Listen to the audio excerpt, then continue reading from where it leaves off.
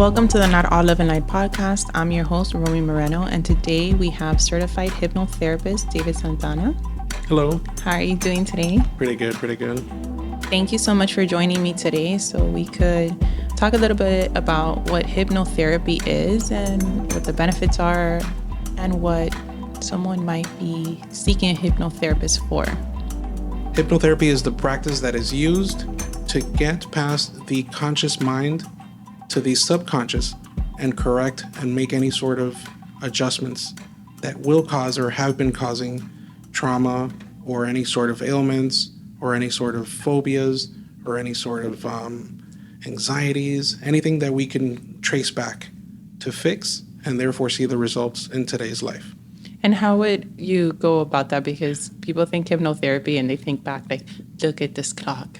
You're getting very, very, very sleepy. And that is not what it is, because I've had sessions with you and it's not like that. Well, that's a great question. I get that all the time. Hypnosis and hypnotherapy have been around for quite some time. It has grown into what it is today. Great pioneers such as Erickson have set the bar, a way of saying, into what it is today. Of course, it's still growing, it's still progressing, it's still turning into what it is. It's basically just putting your guard down psychologically and mentally, just putting you in a state where you can start to freely be yourself, speak about your problems, maybe tap into the origin of what caused the problem without you even being aware or having a recollection of that. So then, therefore, we can address it, go in, fine-tune, make any sort of modifications, maybe see it from an adult's perspective, something that might have happened when you were a child, and therefore start to provoke the healing process. And is this something that you need to do in person, or you could do hypnotherapy virtually? Well, I'm a bit old school in the sense that I used to say I prefer face-to-face. But due to the things that have happened in our lifetime, I think differently now. I've had patients that have had session remotely via Zoom or the different methods. That worked just as well. Like I said, I thought more face-to-face, but it really doesn't matter. Yeah, it's crazy how we evolve, because even with my life coaching, when I initially started, I just wanted to be in the presence of the person. Mm-hmm. But now most of my clients are virtually, which helps because I have clients all over the country, not Correct. Just in Miami. Correct. Right? And I thought the same thing with Reiki. I am a Reiki master. So I've done distance Reiki to people all the way in Canada, and it's so powerful, right? It's just, I guess, the intention and really being able to get into that subconscious mind. Mm-hmm. How did you get into this hypnotherapy? What was your aha? Because I know you, and you've done so many things. You're a jack of all trades, kind of like how I am. You're an artist, an amazing artist. Thank you. Musician. The list goes on. You make the best cafecito too. But how did you get into the hypnotherapy?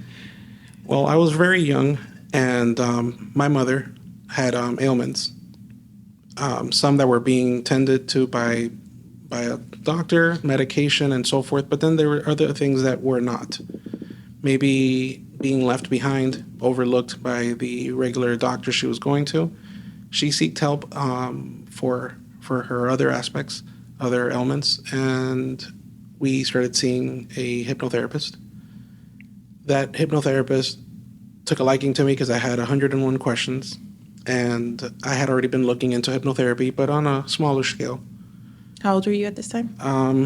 I think I must have been about 10, 11 years old. Mm-hmm. When I got older, I stayed in touch with him, and he always would tell me, when you get older, I'll teach you. And sure enough, when I turned of age, I went to him, and he taught me how to do hypnotherapy, how to be his assistant, and that went on for a couple of years until then I got my own certification, and I've been doing it ever since. What are some benefits to receive hypnotherapy? I know you mentioned your mom has some ailments, so what are some examples of sessions that you've been able to provide to people? Well, from the medical aspect of it, for example, I've had people who suffer from high blood pressure, something as simple and as common as it is nowadays.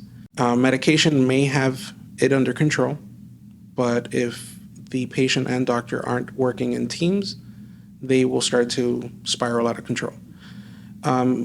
Most of the time, it has to do with their diet. It has to do with their daily activities, but sometimes none of that points to the reason. Once they go into a session, we start to work together to narrow down what could be causing this. It could be something as simple and as trivial, something that we've heard before, something maybe just trauma, anything that could be provoking that high blood pressure. So therefore, by addressing that, making little tweaks, little modifications, it's almost like what I say, the domino effect. We do that, it pushes that first domino, and everything starts to fall into place. Of course, I would never say stop taking medication, stop seeing your doctor, but you'll start to notice that you may start needing less medication, or the doctor might start noticing an improvement and saying, what's going on? What are you changing in your diet? What are you changing in your daily life? And little things start to point into that direction. And eventually, of course, then you take a decision whether you want to continue with either my sessions or with the doctor's prescribed methods or medication, at that point. But that's just a small example. But it goes from that to mental as well, anxiety, OCD, you name it. Phobias too, procrastination, Yes. not being able to stop a certain habit changing, right? Of course. Yeah. Everything has a root, whether it's something you're eating, bad habits, or mental, or it could be something that we don't know of until we tap into it with hypnosis. Right. So it's like opening them up so they know exactly what the issue is in order for them to heal it. Correct. Yeah. Yeah, because you could, for example, somebody that self-sabotages with food, they're trying to fill some type of void and then getting, it's just the same type of work, just different modalities, right? Like getting to the root cause as to why it is that you're doing this to yourself, knowing that it's not benefiting you in any way. Correct. And then just going into the session and being able to open up that realization. Correct. And I like to point out that hypnotherapy versus other methods of therapy, the main thing that sets it apart is that I don't tell you or tell my patient what is wrong with you or what's causing this. We work together and you discover what's going on, what's causing it. It's a two-part. We work in teams, but I don't tell you. I guide you until we discover together. For the self-realization. Exactly. It hits differently in the sense that the aha moment induced, I cannot tell you an aha moment until you experience it for yourself. It's like trying to explain to someone what sugar tastes like. You can't until you experience it for yourself. And then that's the aha moment, and the healing begins. After the hypnotherapy session, how is it that you continue to work with them, and in what way? How many sessions do you feel like the person needs? Is it a one and done type of thing? I believe that I don't want someone tied to me forever. I'm the same way. I believe in giving you everything I can to heal, to show you your way, to facilitate everything and have you go on your way.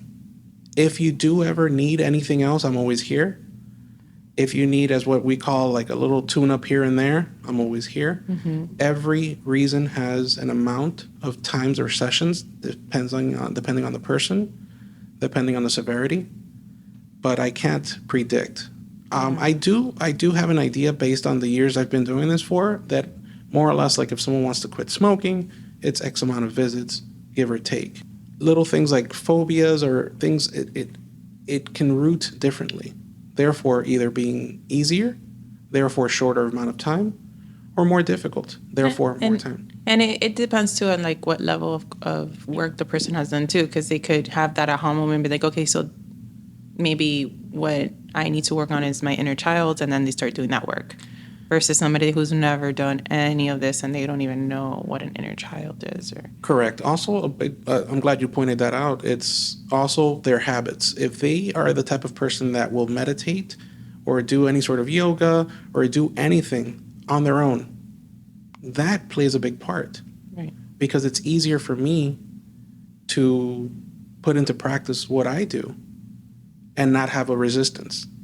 And therefore, something that could have taken 5 sessions, now it's going to take 2 sessions. Right. Help me help you. Correct. But I'm the same way when it comes to my coaching clients. The most that I'll work with them is a year, because I mean, how many years did it take you to get here? You know, a year could be good, but I let them know I don't want them to be dependent on me. I'm going to teach you everything you need in order for you to be able to, you know, do life on your own. But if you need a tune-up, like you say, I'm here. But that's just a lot, because I feel like a lot of people, they want their clients to be dependent on them and go to them for every single question and every single anything that comes up, right? It's not really giving that person the freedom to make decisions on their own or tap into their selves and realize what it is that you actually want or you actually need. Correct. You're living your life based on what somebody else is telling you all the time. It's nowhere to live. Yeah. At least that's not how I want my clients to live. No, I wouldn't want that for myself. Yeah. It's because I've seen it, and people become so desperate and so reliant on someone, and it's just covering one thing with another, one addiction with another. So now you're addicted to like working with your coach, right? And then you can't let them go. You feel like you cannot do life without them. That's not the goal. Well, unfortunately, human beings have that tendency.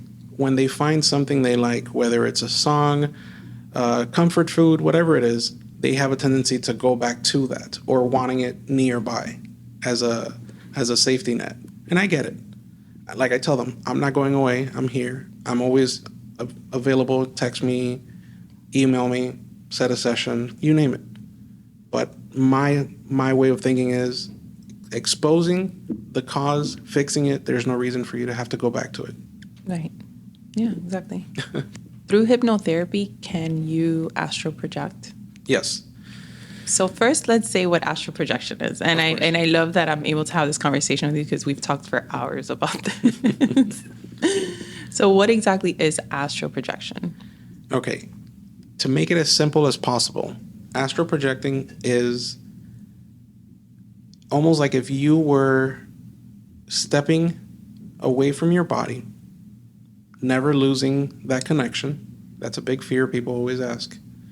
And going about either just moving around, moving to a different area in the physical plane, or going into other planes to fix issues or to learn or expand or have answers to your questions.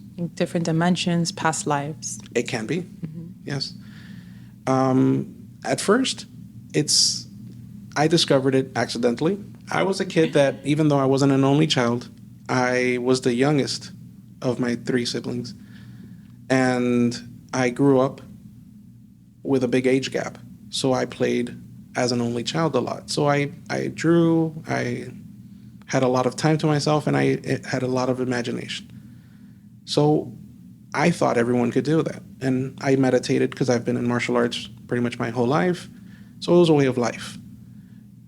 Just meditating and imagining or exploring different parts of my imagination, I thought. I would walk around my room. I know it sounds crazy, but I'm there sitting on one corner and walking around the room, seeing myself. And one day I told my mom, and it turns out that not everyone could do that. You're like, I'm just chilling here sitting as I'm walking around doing something else. Yeah. Like, wait a minute, what? But yeah, so then after, just like I was curious about hypnosis, I was curious about this and many other things, like you said before. I started learning that there was a name or a title to this. What was your mom's reaction when you told her? I was very fortunate to have the greatest mom, and I know a lot of people may think that about theirs, but my mom was the greatest mom to me. She was very open, very spiritual person. She never said, no, you're wrong, or you're crazy, or you shouldn't do that.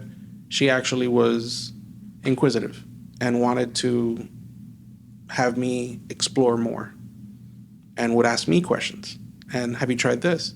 And have you thought of this? And how old were you at this point? Like 10, 11 again? No, this was younger. I was maybe about 6 or 7. But You yeah, were your own play date. my own imaginary friend. You're your own imaginary friend. Oh my goodness. Okay, so she would ask you questions. So then, when did you realize that this was a thing? Okay, internet was not a thing. I'm not that old, but it wasn't a thing. So I went to the public library a lot, and I discovered they had a whole section for what they called at that time New Age, and I just explored. I started reading books on it and seeing how it wasn't as odd and as remotely viewed as I thought at that moment. However, there's a lot of cultures that have it part of their normal way of being. A lot of religions that also include that or have a knowledge of it. And it just started making it seem to me that it's not as crazy as I thought it was. There's a lot of people out there. There's a lot of information. Of course, now even more so, which I'm so grateful for, and for future generations as well. I feel that it's being more known that like all the movies that they're making and a lot of the shows, it's like all the Marvel movies, like Yes. the multiverse With going through the multiverse and all of that, that's real. yeah. That really happens. And people might think you're crazy until you experience it. Because I've experienced it. You can't deny it. You just know. It's a knowing that this really happened. The aha moment. The aha moment. Correct. So it could be scary because if you're going through different planes and different dimensions, you might see different creatures, different things that might not be there, right? So to have somebody be an anchor when that's happening, it could be very essential to that process. Yeah, like you mentioned, Hollywood, it's got its pros and cons.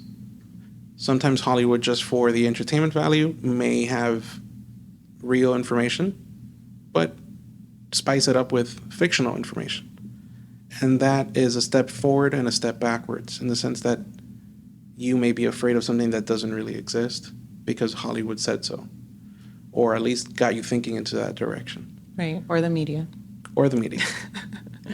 Yeah, the people are like, I don't want to do mushrooms because I feel like I'm going to trip out and I'm going to see crazy shit and all of that. No.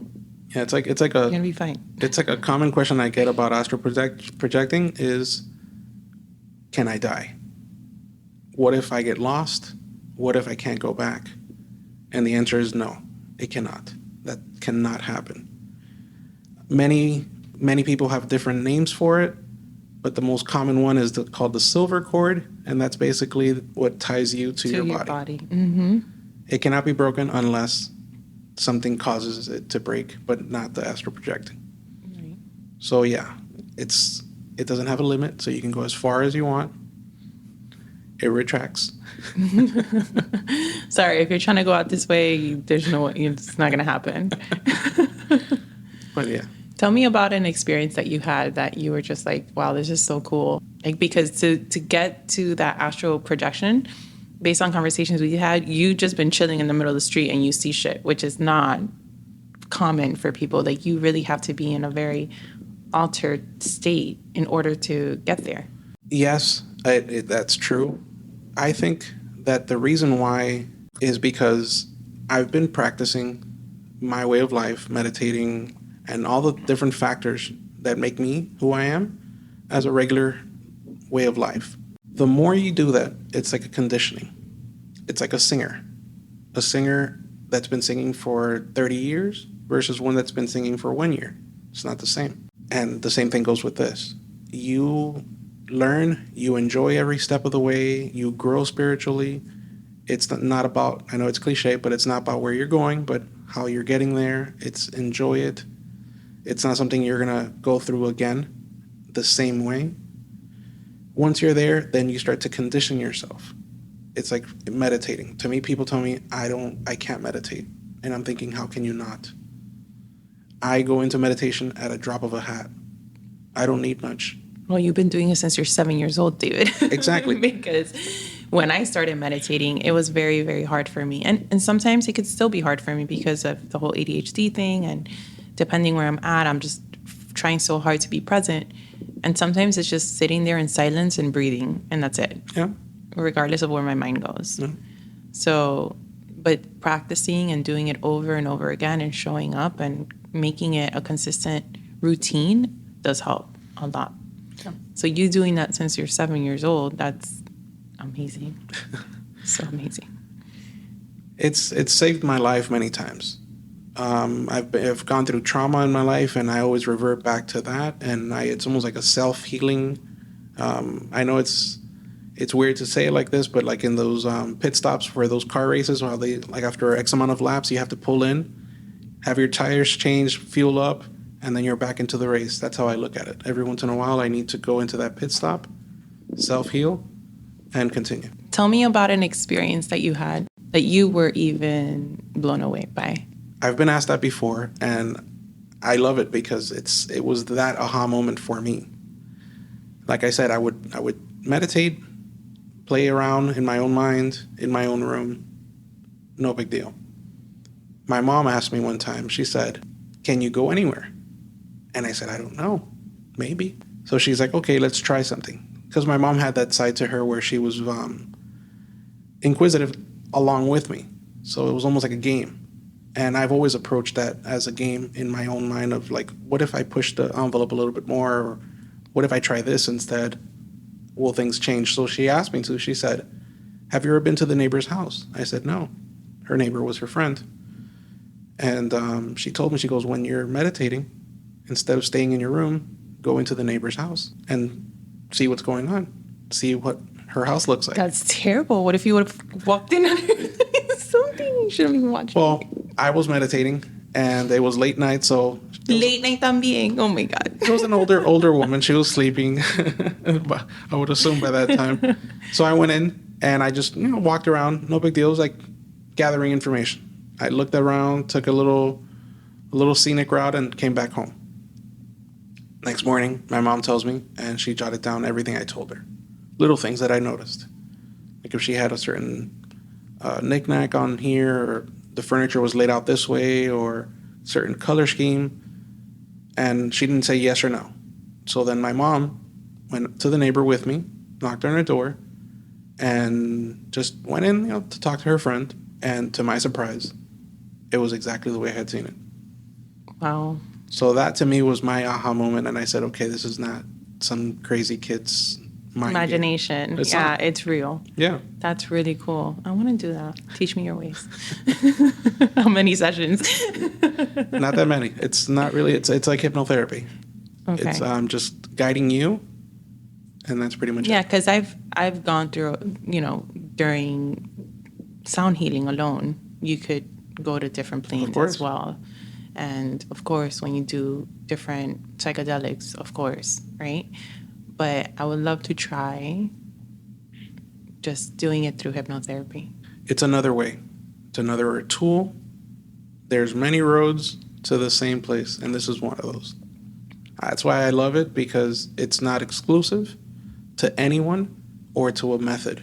It's a way to everyone. What would you recommend if somebody's scared to try something like this? Hypnotherapy, or because the people have fear, they think that, just pretty much like anything, they might discover something that they won't come back from.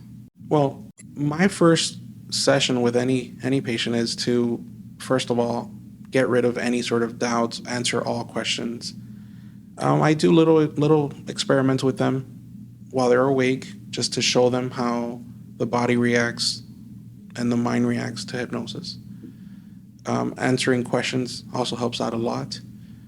The fact that everything that happens during those sessions stays between us is a big deal. Where if something comes up that they don't want their spouse to know, or they don't want anyone else to know, or it might be something they weren't even aware that had happened in their life, it stays between us. I'm not going to tell anyone. I don't even write it down. It stays between us. That also makes it easier, because I cannot have any sort of resistance in order for you to get full benefit of the session. Same thing goes with astral projecting, you name it. Yeah, that makes sense. Yeah. You have to be open to receive. It's like if you go to a sound healing session and you're just, I don't feel anything, I didn't go in. You have to set the expectations aside. Correct. The ego aside, the personalities aside, and just allow yourself to receive whatever healing it is meant to happen. Because I feel even with the hypnotherapy, whatever your spirit guides or whoever your ancestors are, whatever feel it is that you're ready for is what you're going to receive. Of course. And then that's where it's like a door that we go into and we help out that way. It does open up the floodgates, that I do say. You may get some sort of, let's say, inspiration. And that inspiration will trickle on a normal lifespan every so often. But if as you open yourself up, whether through meditation, hypnosis, whatever method, it opens up that floodgate. You'll start getting more inspired. You'll start getting more ideas. You'll start having better dreams or more lucid dreams, which also is called for the astral projecting. Lucid dreaming is so cool. Yeah. That moment you realize I'm dreaming and I can do anything. It does. It's amazing. And I've been having I've been having issues dreaming until recently. I've started dreaming more. But for a while, I was not dreaming. And it was very annoying because that's my escape. When I realize I'm lucid dreaming and I could just fly or go somewhere or see somebody that, you know, you haven't seen in a very long time and have conversations with them, or people visiting you in your dreams. That's really cool. Well, now imagine that same experience, but guided. If you want to go to a particular place, see a particular person, or have a particular experience, that's what I do. I can guide you to getting to that point. Instead of just having the dream at random, this would be more controlled in the sense of the guiding. Your experience obviously cannot be controlled in the sense of what you see, what you experience, but I can definitely guide you to getting to that experience. Right. That's awesome. It's really cool. So what do you feel are some benefits to astral projecting? Okay, it's along the same path as hypnosis, but more on your own, in the sense that hypnosis, I guide you to getting to that point of origins, and I almost like provoke you to tap into certain things that have happened in your life. So it's a little bit more guided. With astral projecting, once I get you there, it's almost like pressing play in that particular movie in your life, and you start to live it, or you start to experience it. The benefits that come from it, there's no measure to what could come from it. From spiritual growth to health benefits, you name it. It's like, again, a floodgate that you tap into. You gain knowledge, but everything else happens around you too. And the more you do it, the easier it becomes. So the benefits get even better. There's more of the experience that you have every time. So if let's say in a normal circumstance, it would take a couple of years to gain a certain an amount of knowledge or experience, spiritually speaking. With this, it could be just 1 or 2 times that you do astral projecting. You'll gain so much more. It's limitless to how much you could bring back and apply to your regular life. Again, it's like that pit stop. You may not even know you need that. So with hypnosis, you may discover it slowly. Here, you're discovering so much more all at once. Even though it has a lot of similarities, there's differences as well. What I do is there's a difference. The way I guide you is different. But to you or any patient that may get the sessions, you'll notice how enriching it is and how even exhausting. You come back and it's almost like you've done so much in such a short amount of time, but you're happy and you're exhausted and you're relaxed all at the same time. Yeah. How long are these sessions usually? Hypnosis sessions can vary. I would say a good amount of time is about an hour. With astral projecting, it's hard to say. I would say about an hour to give yourself enough time to tap in and just explore. The more you do it, it's a tricky question in the sense that the more you do it, the less time you need to get to where you have to go and to gain what you need to gain, but the more time you want to be there. Yeah. I want it to be like DMT, in and out. 10 minutes. You'll go in, get whatever it is you need from it, and you can come out. But there's a part of you that loves it there and want to stay there longer. That's how I felt when I did DMT. I did DMT finally like 2 weeks ago, and it was the most beautiful experience that I've ever experienced. I wanted to live there. It was just so quiet and so peaceful and so beautiful. And the whole experience was very spiritual too. I met the light creatures. Okay. And I felt very connected to them. And we were working together in a very spiritual way. And the whole experience was just like 12 minutes. But I came back and I was mind blown of how amazing that experience was in such a short amount of time. If we could do that with the astral projecting, 15 minutes. Of course. Get there, in and out. We just have to That would be remember great. that time is something of this plane. Right. What we know of time as minutes, hours, days, months, years is something that is governing or guiding us in this plane. That doesn't apply anywhere else. Right. So something that would take, like you said, 12 minutes may have been a lifelong or experience. It felt like a lifetime. It felt like a lifetime. And the benefits too. There's no way on this plane that you could have achieved so much in 12 minutes. No, I could tell you this. A couple of days leading up to that session that I did, I had really bad cramping pain, like in my womb for days. And one of the things that the light creatures did, they got on top of me and they were just clearing that area, completely clearing it. Like I felt the energy being pulled out of me. They were doing a Reiki session on me, right? Then they opened my heart. I felt my heart opening. And after the session, I didn't feel the pain anymore. But I didn't want to say anything because I wasn't sure if this was just like me being, oh my God. So I waited until the next day, and yes, the pain was gone. It was completely gone, which was amazing.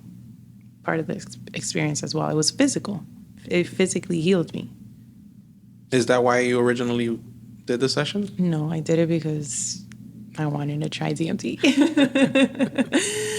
And I'm so glad that I did it. It was great. I went into it in a very meditative process. I had blindfolds on. It was just incredible. It was amazing. 10/10, recommend. That's great. It's like with astral projecting. The majority of people that come to me for that is out of curiosity. And because of that, they start getting healing from grief. They didn't put two and two together. They didn't think that would help.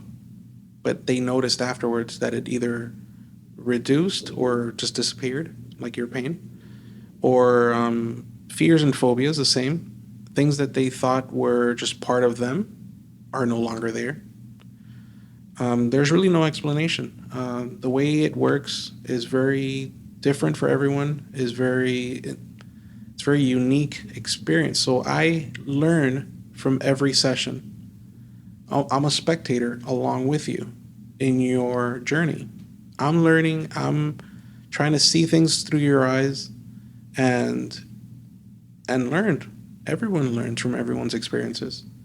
So it's almost like I am your biggest advocate, cheering you on because I want to see what's going on. I want to see what leads to that and what happens. And then when my patients reach out to me and tell me, I stopped smoking. I didn't know this would happen. No one does. Meaning after astral projecting. With a hypnosis session, of course, that's the whole point of being there. But with astral projecting, they will have a session and things will start to correct themselves.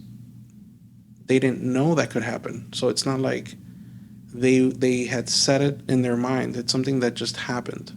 It's almost like putting fuel in your car and the little light telling you that you're low fuel just goes off. You weren't thinking of that, but it just happened because of it. It's a cause and effect.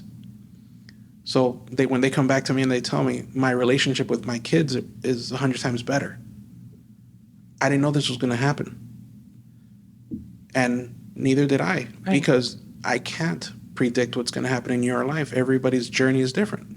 And we all have different needs, and different things might come up during these sessions. Of course. And that's why I would advise anybody, if you're feeling pulled or called to try something, whether it's going to a yoga class or whether it's trying hypnotherapy or whether it's a certain plant medicine, you're being pulled and called for a reason, right?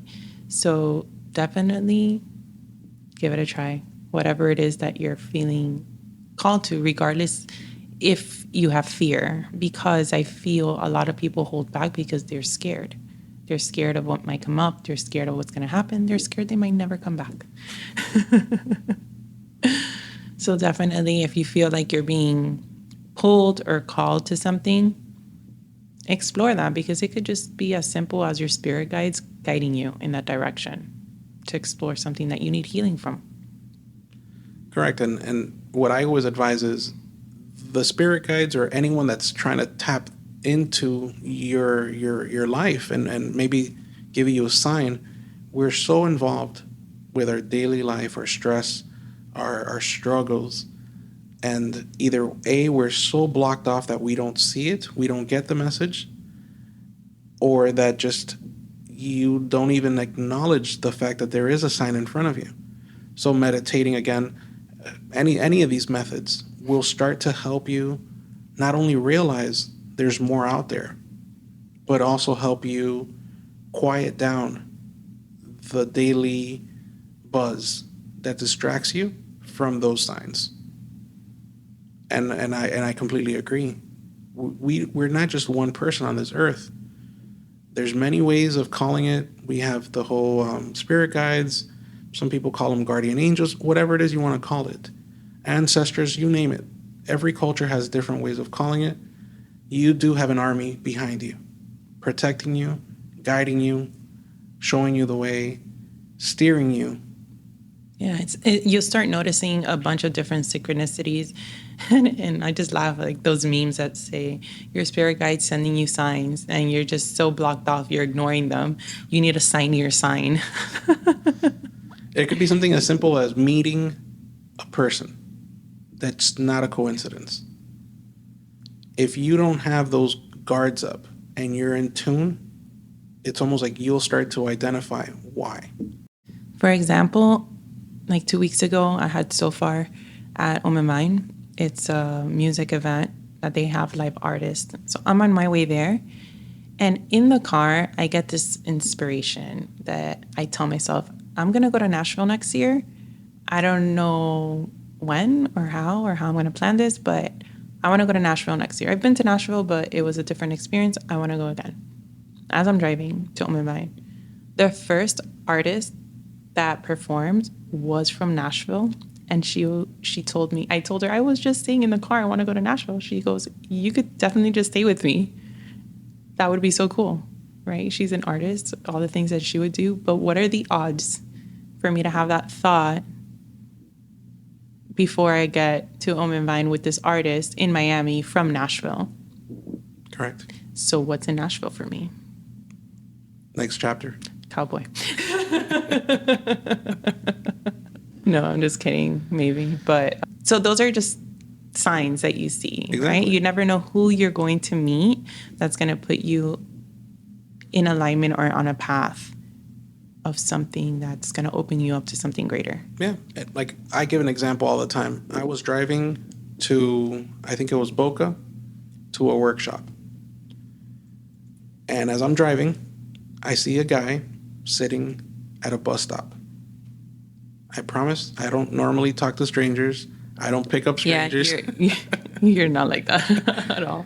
I see this guy standing or sitting at the bus stop, and something inside of me encouraged me or nudged me to asking him where he's going. Good thing I was alone. I literally stopped in front of him, rolled the window down, and asked him, "Where are you going?" And he said, "Oh, no, thanks. I can't take a ride. I'm going too far." I go, "Where are you going?" He said, "Boca." I go, "Where?" Turns out he was going to the same workshop I was going to. Are you serious? Yeah. Wow.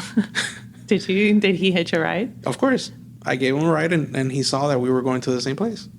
Now, what else can you call that? There's no coincidence. There isn't. No. It's impossible. No. I had never asked that to any stranger before, and I have never asked that to any stranger after. It was that at that moment, I had that calling to, or almost like a nudge, to look at him and say, "Let me ask him where he's going." Something as simple as that. And who's going to say that we're going to the same place? Right. How was that conversation going up there? Are you guys still in touch? Actually, not. I kind of lost touch with him for a while. I have seen him occasionally in other workshops, but I've always wanted to reminisce and say, like, hey, remember that one time? That one time in band camp. So, David, thank you so much for joining me today. Where can people find you? Well, I do have a website. It's going to be available. I'll post it. I do have social media where I can be reached. What's your handle? So it's DS, like David Santana, but just DS Hypnotherapist. For my Instagram, it's DS Hypnotherapist. The website is hypnotherapymindset.com. And you also recently started your YouTube channel. I did. With meditations. Yes. So definitely check that out. What's your YouTube channel? I would just do a search for my name, David F. Santana, Hypnotherapist, and there you go. All right, guys, if you enjoyed this episode, remember to leave a review, subscribe, and share it with someone who you feel might need it. And remember, guys, it's not all love and light.